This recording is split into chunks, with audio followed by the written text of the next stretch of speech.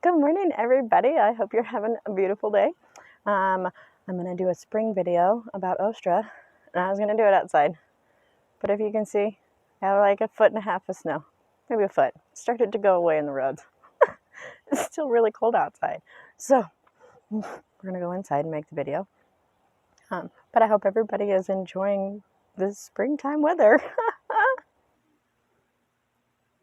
Okay, everybody, I toast to you and all you do. Now that I'm in a much warmer place, we can talk about Ostara, the spring equinox.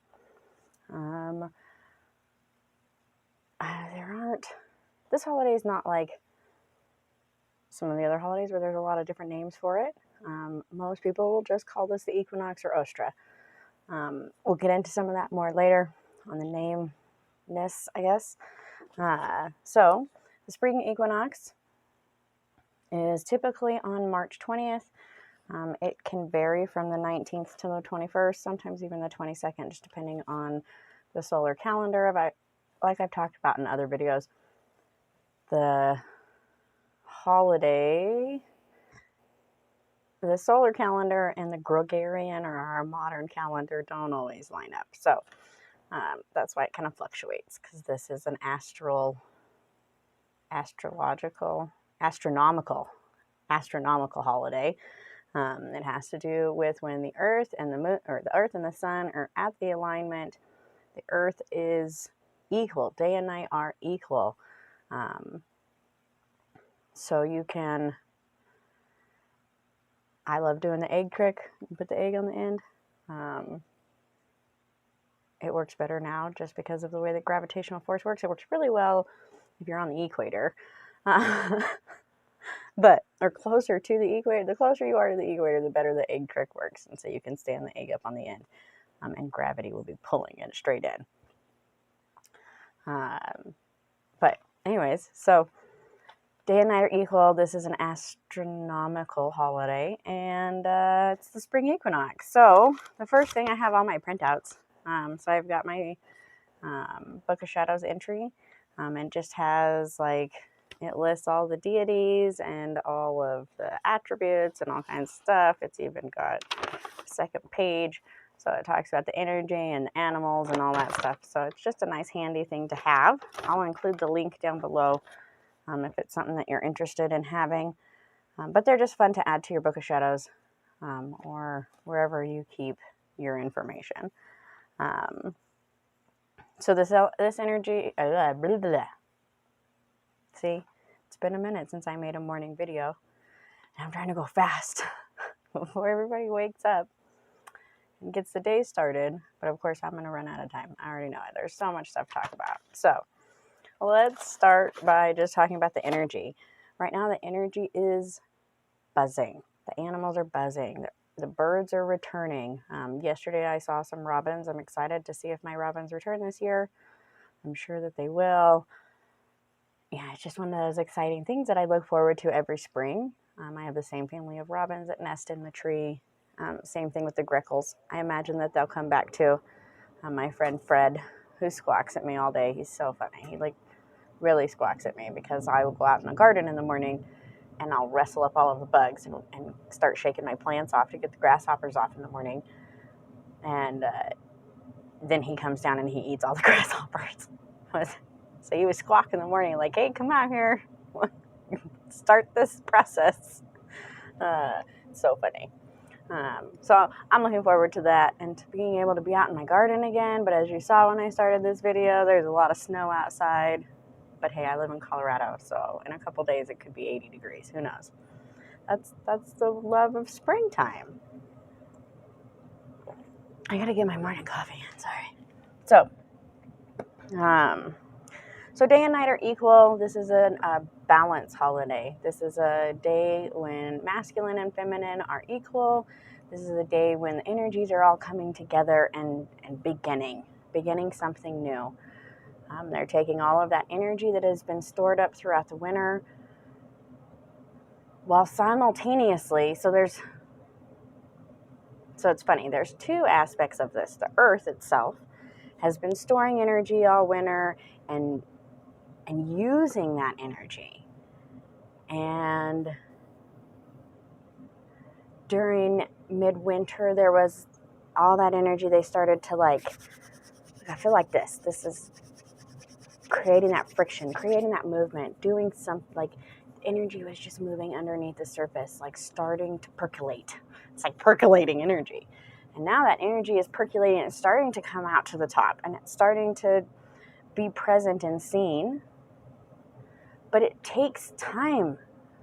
Wow, I just came up with this percolating thing, and it's like the perfect example of this energy because it takes that time. Just like when you're making coffee, it's not like, bam, I put the coffee grounds in, I got the water, and then it's there. You know, that energy has to percolate, it has to move, it has to change, it has to transform. And that's what's happening right now.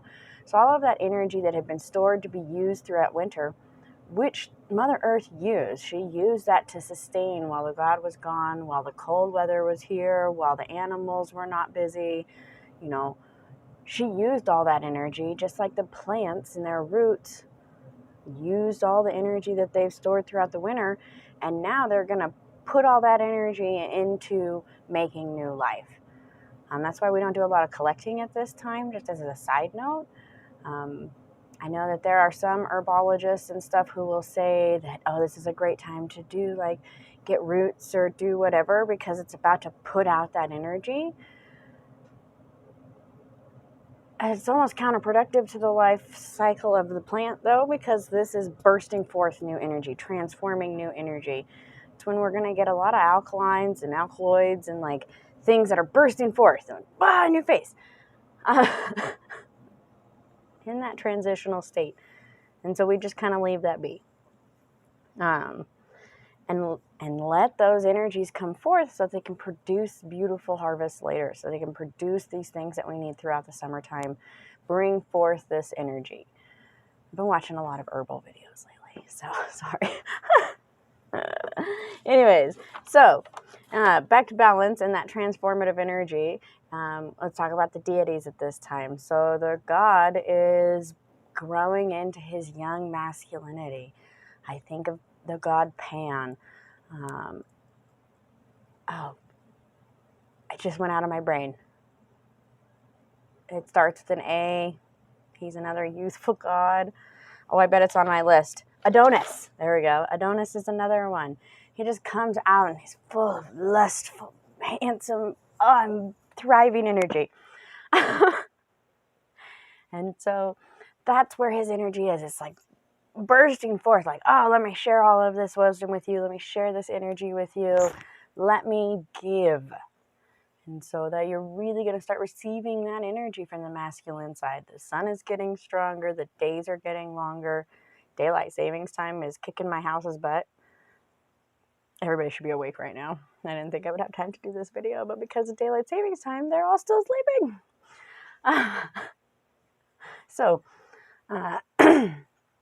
But he's coming forth and he's bursting forth like, I'm here, I'm awake, I'm ready to share this. The days and the energy are just bursting forth. And the goddess is also transforming. You know, she's been through a lot of transformations since Samhain. She has gone, or the last harvest or Halloween, whatever you call it. So she's gone from mourning her love to having a baby to growing old. And now she's coming out of that and transforming back into that maiden goddess, into that youthful energy. And that's another reason we feel that buzzing energy so well. Both of the gods and the divine energy, the natural energies are all like transforming, coming out. I'm coming out. I just hear that song. Want the world to know. Okay. That's that energy that the gods are presenting forth, is that they're coming out. They're pushing forward. They're like, I'm here and I'm ready to share this energy. This is a great time to be receptive to that energy. Listen. You get so many messages in the springtime. It's so much. It's funny. So, okay, we always associate like Halloween and the dark side and all of that with like, okay, I'm going to get my psychic messages. I'm going to do all of those things. When at that time, the gods, yeah, they're sharing their knowledge and their wisdom. They're sharing their wealth of knowledge. They're like, oh, these are all of the things that I have harvested, and now I'm going to share my harvest with you. But now it's more of like a curious, sparking, oh, let me tell you my secrets kind of energy. Help you see your own secrets in a positive, productive kind of light. Like, oh, help you transform all of those things that were dark and kind of questionable, or you're unsure of, or are kind of over here. Let's transform those into something productive and positive and forward moving. And that's what this energy is about right now. So you might feel that. I know that a lot of people that I know personally or that I work with, who this is a manic time for people who are bipolar or have other forms of mania. This is a manic time. So a lot of people are like, I don't know what to do. I can't sleep at night. I'm getting up at 4 o'clock in the morning. All of these things are happening. And sometimes I have to bring people back and be like, well, hold on. Okay. Our mania, our excited energy this time of year, even people who aren't bipolar or don't have some kind of diagnosed thing, will say, oh, I feel really more anxious during the spring and the fall, or I feel this busy energy that I just don't know what to do with. I'm like shaking my hands. I start talking about that energy, and then I can really, like, I can palpate that energy. I want to go dig in my garden, but I can't because there's snow. Anyways, I have to remind people that sometimes it's not in your brain. Sometimes that energy is coming from the energy around you. And when you start to connect with the natural energies and you spend more time connecting with Earth and meditating and doing all of that, you begin to feel her energy. And when she's in this state of excited, bursting energy where she just wants to share that, and the birds are coming back and the bees are buzzing. I saw this blue jay fly over my house yesterday. It was so loud. They are not pretty sounding birds. I mean, when they're singing or whatever, like in the morning, it can be kind of nice if you're already awake, but this one was like squawking so loud as it flew over my house, like it was mad about something. But the birds are just all coming back, and even the crows who have been here, and the ravens, crows, whatever, who have been here all summer. Pretty sure they're crows. I can't remember now about the fuzzy beak. Anyways, they're excited. You hear them talking outside. They're like, hey, look at the food's coming back. We're no longer having to scavenge so much. The little rodents are coming out. You see the predator birds like, hey, look at all this food. And it's about to be that abundance. The predators are going to be like, holla, look at all the little animals coming out. I'm going to eat. And the little animals are all starving. They're searching for food. The ants are starting to wake up.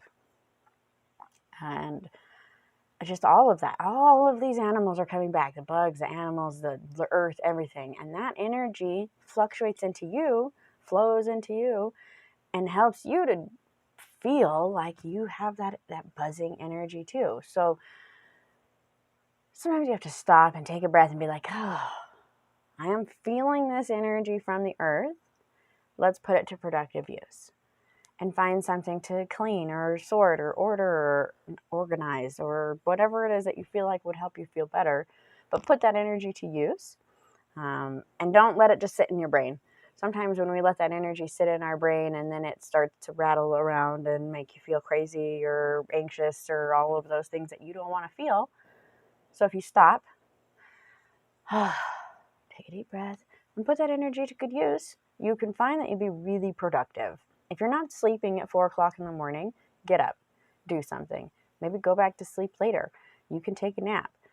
There's even new research that shows that our ancestors only slept for 4 or 5 hours at a time and then woke up, and then 4 or 5 hours at a time. And so, you're not necessarily supposed to sleep for 8 hours a night, at least not in one sitting, like one collective thing. So don't feel like that's what you have to do if your natural cycle's not doing that, especially at this time of year. All right, let's see. What other general things can we go into? And then later I'll make another video that's about the mythology and the stories and the traditions that people celebrate around the world for this time of year. One, because I hear small children. And two, because I don't want this video to be an hour and a half long. So, All right, so let's just finish talking about the energies and a little bit about magic, and then we'll wrap this video up. So the energy right now is connected with air. This is a masculine holiday because we are welcoming the god back. It's also a feminine holiday because it's a balance. And so in that, we're bringing the earth to wake. We're, grabbing down that solar energy. But we're communicating, we're moving, and it's up here. And it's an air holiday. Spring is associated with air and communication and change and just that flighty energy. It's like up here. All of it's up here. It's like sprinkling. It's pixie dust on everything. The mythical creatures associated with this time are going to be mythical creatures that transform. So the phoenix is a really important one. Anything that dies and then is reborn. This is where we're going to get a lot of our mythologies for resurrections. And this is when Osiris is celebrated, and Adonis, and a lot of the other gods. Easter, just saying, even though it's next couple weeks out, but still, same kind of mythology. The energy right now is taking all of that which died and bringing it back to life in this new cycle, and just repeating that, going through that cycle again and again. I have a very long list of gods that are associated with this holiday, and they range from Demeter to Minerva, Juno, Isis, Gaia, Freya. It's going to be all of those youthful maiden goddesses. I mean, Demeter's not, because she's the mother, but she's welcoming her daughter back. The myth of Persephone is, I always want to call her Persephone. I don't know why. I really like that name. Persephone. Maybe that is how you spell that. And because the Greeks said it phonetically. Maybe that's why it always comes to me that way. Anyways, it's just an interesting myth. It's been very Christianized over the years. Some of the practitioners that I've talked to who really work with Persephone and Hades say that she purposefully ate the pomegranate. She didn't want to be under the control of her mother forever. She wanted to be a grown-up. She wanted to go off and do those things and be with Hades, and she loved him. And he didn't trick her or kidnap her. Those are things that were added later. And that this is like that natural cycle of the child who's growing up who wants to move on but still wants to be connected with their parents, because you still have those feelings. So we're talking about this cycle. Again, another cycle. This is when cycles are started fresh. It's funny because the circle in the pagan calendar it's not like New Year's Day, where on the one day, bam, and now it's a new year. No, it takes a long time. So we have death on Samhain, we have new life, and then we have this time of gestation before that new life is actually a new life. And now we're all the way to March, and we've had another holiday, and we've done other things, now we're here, and now we're starting fresh. So there's this whole almost 6 months of like downtime before we start this new thing, so that the cycle ends and then the new one begins. There's this transition and there's this other transition, and it's not a click. It's not an instant. All energy takes time to fluctuate and to change and to grow and to move and to do the things that it needs to do. And we give that space and we give that time and watch that gestate and watch that. And the same thing comes with your magic. When you're doing magic, there are very few spells that work that way. Like, I don't think I've ever done a spell that was like, I walked out the door and bam, there it is.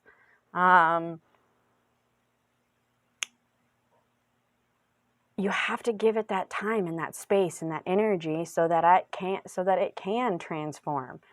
And the same thing, we've been waiting all this from midwinter till now for spring to come. Oh, it's coming, depending on where you are. So we're talking a lot about transitions. Let's see. The colors associated with this holiday are going to be those pastel colors, light greens, new colors. Think about the daffodils popping out of the snow. And those are the colors of this holiday. That is the like, ta-da, daffodils. Those little purple flowers. Again, left my brain. It's crazy. The brain frog. That's it right there. Okay, anyways. So, let's see. Animals at this time, like I said, are going to be those birds. The animals coming back. The animals waking up. The plants at this time are those early risers. You've got your daffodils, your trees that are coming back to life. My maple tree out front grew like 3 feet over the wintertime. It's got these really pretty red shoots off the top of it. It's beautiful. I was amazed. I was watching it dancing in the snow. Snowing in my tree. You see the little spring buds and stuff like that. It's so exciting. So let's see. And then last but not least, I guess, would be the magic. This is a time to free yourself from that which you had last year. To really solidify those changes. To really let go and to move forward. To say, for sure, 100%, I'm done with that cycle. I'm moving on to the next. Excuse me. Or, what am I bringing with me into this next cycle? Here are the tools. Here are the wisdom. Here is the lessons. Here are the things that I need. And that's what I'm bringing. And now I'm starting something new. Fertility magic. Okay, and fertility magic just doesn't have to be about babies. I know we really get caught up on the whole fertility equals babies. And yeah, it does. But fertility also equals a lush garden, a prosperous year, a new job, whatever that may be that you're looking for. But seek that fertility, bring that abundance into your life. And this is a good time to spark that, to plant those magical seeds, both literally and figuratively, but to like manifest that. Now is the time we do the magic to manifest that what we want. So if you want a new job, do it. Do that magic now. If you want to have a baby, do that magic now. If you want something new to come into your life, some new growth, some new project, put that energy towards that now so that it has time to really come through. And then by the time summer is here and the harvest is here, that's ready and you can harvest that. You can complete that project. You can have that baby. You can have whatever it is that you're asking for. You have to just start that now. So in your professional world, if you're looking for new clients, same kind of thing. Your fertility spell works there too. This is also a time when we are expanding our roots. We are shooting out for new growth. We are reaching out to people. We are connecting with people. I like to think about the peas in my garden. They grow. They're one of the first things to sprout. They like the cold weather, and they reach out and they just grab onto everything, and not in a like a I'm going to pull you down and suffocate you kind of way, but like in a, oh, I just love you and I'm going to hold on here, I'm going to hold on here. They don't have vines like a pumpkin, where when the pumpkin vines onto something, it like, oh, it grabs it. It'll pull down a plant.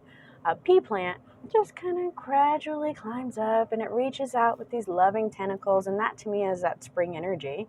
It's just reaching out. Oh, it's like a hug, a gentle hug, that everything. And so this is a time to reach out to other people and send those gentle hugs. Talk to people, connect with your community, connect with new people, whatever it is that you need to do, but just begin to send out that gentle love.